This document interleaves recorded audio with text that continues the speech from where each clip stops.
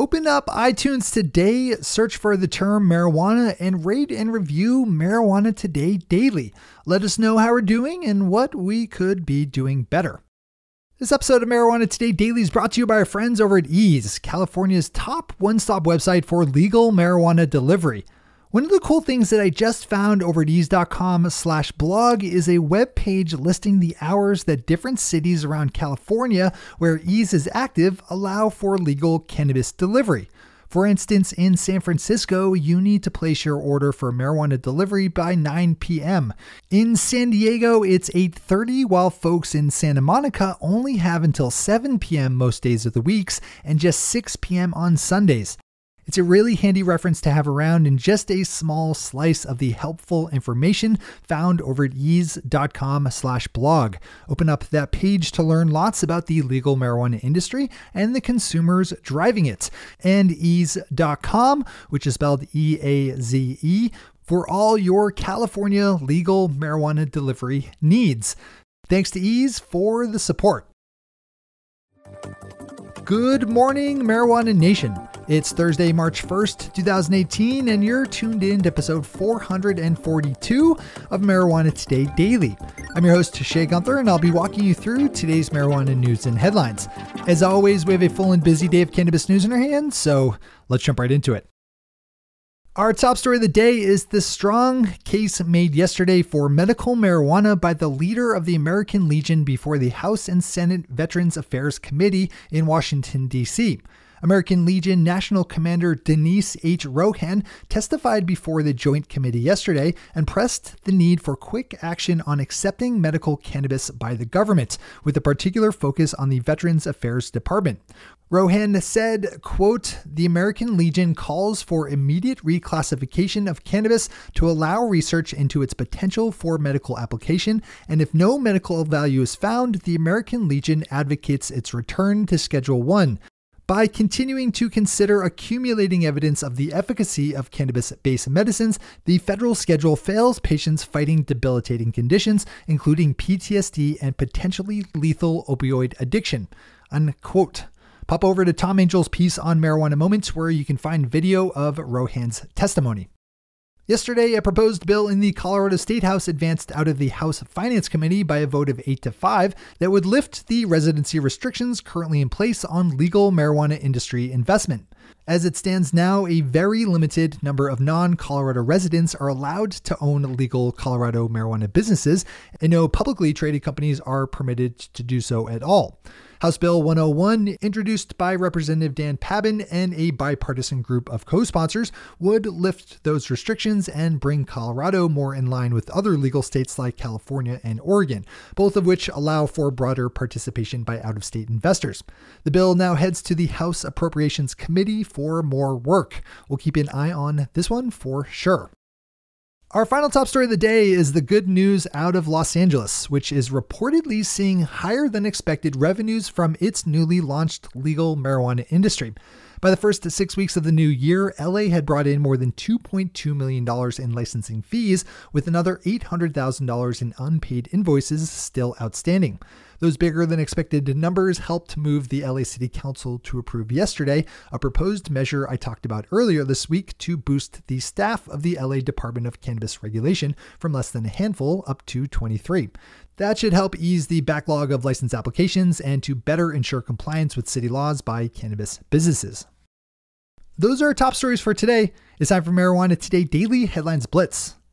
Before we blitz out on headlines, let's quickly thank our sponsor, Ease, California's top one-stop website for legal marijuana delivery.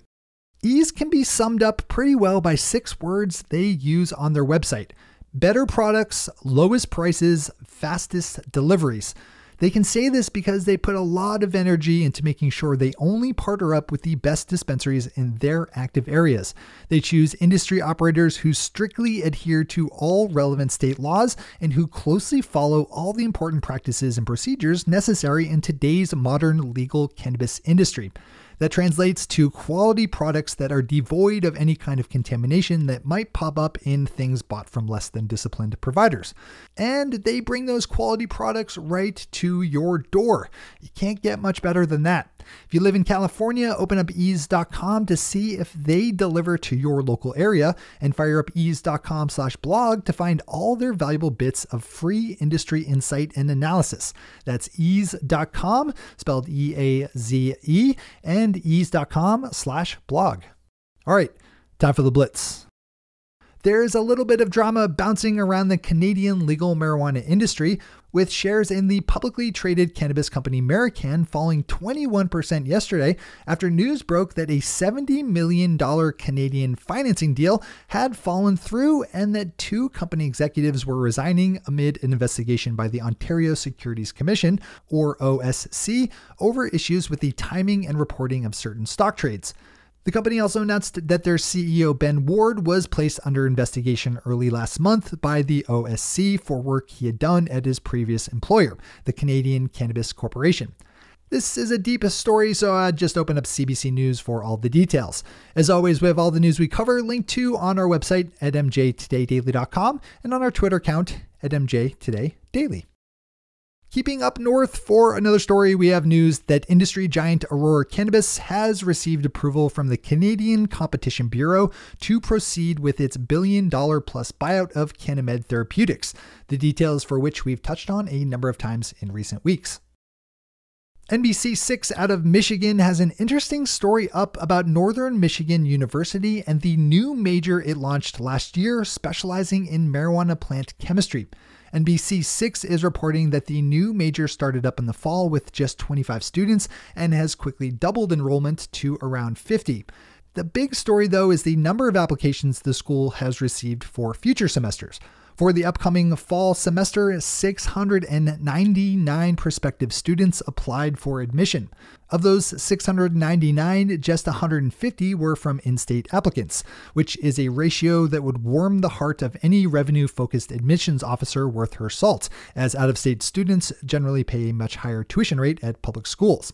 Northern Michigan University is now faced with the golden dilemma of how to best respond to the boosted demand. I think this is a situation that's going to play out in educational institutions all over the country once the lifting of federal prohibitions on cannabis really loosens the fear strings of academic administrators and new cannabis-focused programs become instantly popular. Keep this storyline on your long-term radar.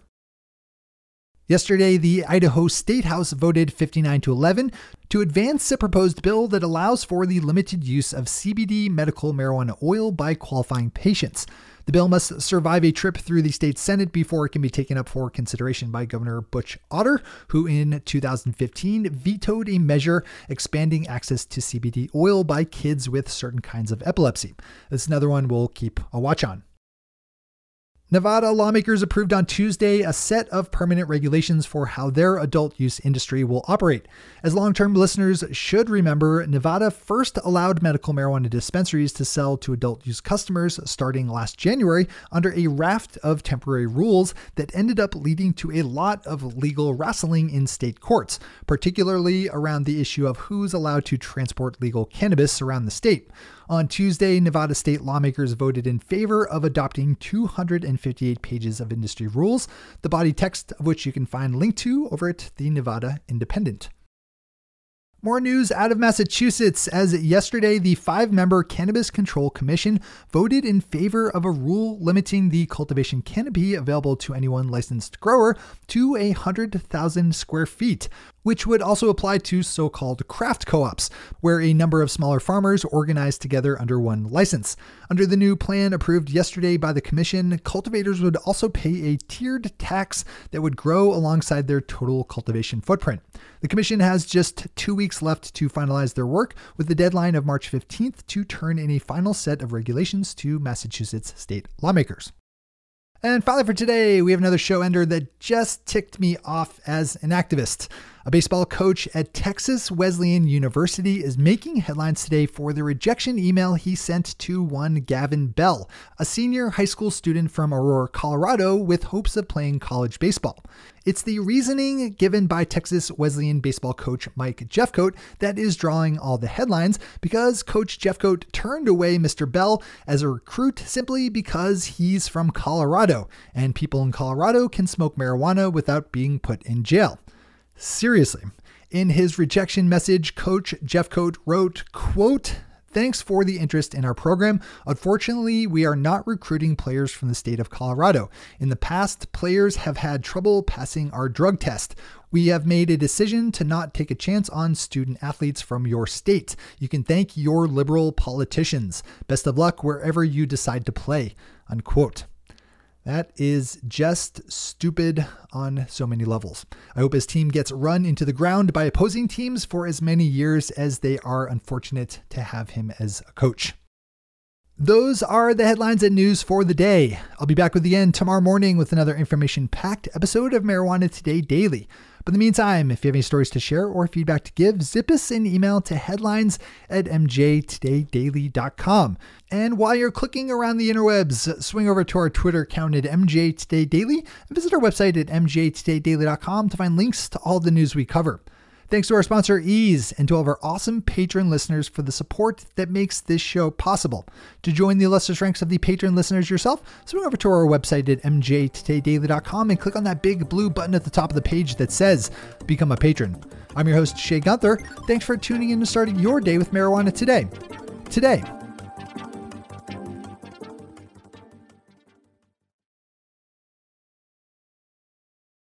One take, Shay. One take.